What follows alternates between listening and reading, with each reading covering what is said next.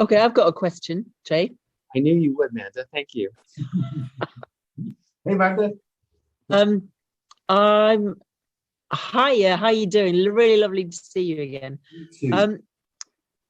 I think I'm really hearing from my colleagues that have been involved quite heavily in protests around G7 this week, and people involved in a whole range of other areas of change, that there appears to be a big disconnect between people who are really determined to see the lack of good stuff as an invitation to make good stuff, and those people who are feeling completely flattened at the moment, exhausted, and need picking up by the scruff of the neck.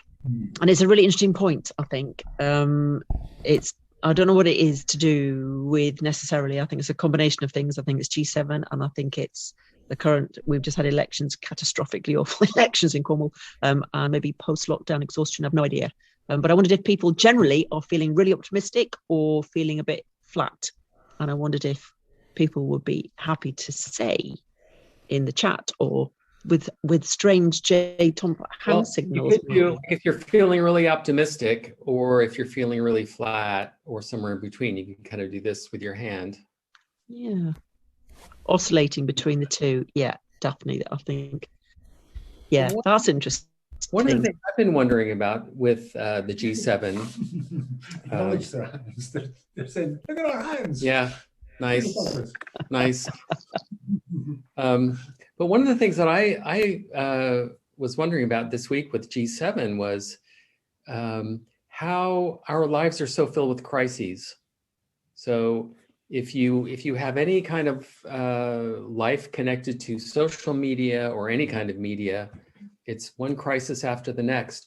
Oh my God, there's the climate crisis every day, and then there's all kinds of other crises around the political situation and poverty and how people are being treated in this country and so on.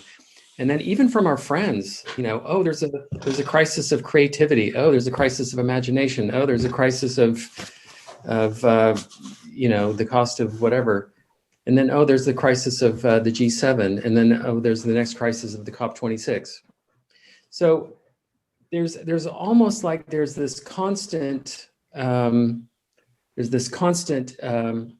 of requirement to respond all the time, and to be sort of that superhero that says, okay, I'm going to fight the G7 now. Oh, I'm going to fight poverty now. Oh, I'm going to fight Boris Johnson now.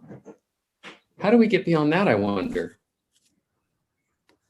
I think that's a really good point. I think that it can be really exhausting psychologically to have that sense of constantly being on high alert, which is the sort of the waters we swim in at the moment. But one thought that is resonating with me very powerfully at the moment is a colleague of mine referred to something put forward by a Belgian chemical physicist called Ilya Prigogine. And he was talking about this notion of islands of coherence, which means that when the big system is in flux, and all of our systems, food, culture, economy, health, everything are in flux, big flux, then in actual fact, that's when those smaller islands of coherence, of a new logic, a new set of values, a new framing emerge. They're only small and they're in hectic seas. But because everything's in flux, these new islands of coherence can emerge. And in actual fact, what happens is because they have an internal coherence, the bigger system, which is hungry for stability, tends to restabilize around those new points. And I would say that, the Economy Centre's one, and Schumacher's one, and Food Plymouth is one, and individual community groups, and transition is one. I think there's lots of really, really incredibly brilliant stuff happening at the moment. And I think it's normal that we oscillate and normal that we sort of have dips in energy. But we know that in actual fact, our best selves only come forward when lots of shit hits the fan. And God knows there's plenty of shit hitting the fan at the moment. But that's the opportunity for us to be really, really inventive. So I think overall, although I'm oscillating in answer to my own question, I'm thinking of a very inappropriate metaphor that my grandma used to use, which I'm not going to use now because it would be inappropriate. You have to use it, Amanda. You have to. You mentioned it. No, it's very, very bad. Very, very, very bad. But it's about things going up and down a lot, and reference to anyway, she was a northern grandmother. She had a particular sort of sense of humor. Even though our energies are going up and down, maybe this is our time for greatest invention. So maybe this is our time. This is our critical juncture, as they say. David Fleming was right, I think. But it's interesting that so many other people are on that same up and downness. Thank you for that.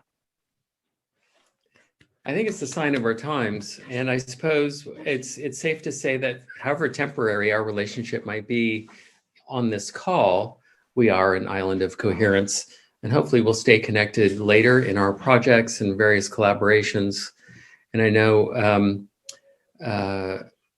Manda, you've had an impact on me and my partner Jane and Jonathan and other people in this region for the work that you're doing in Cornwall.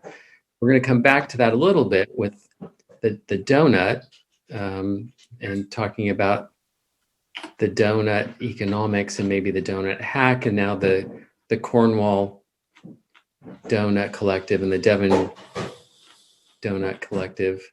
But maybe we'll just hold that thought for a minute. We'll come back.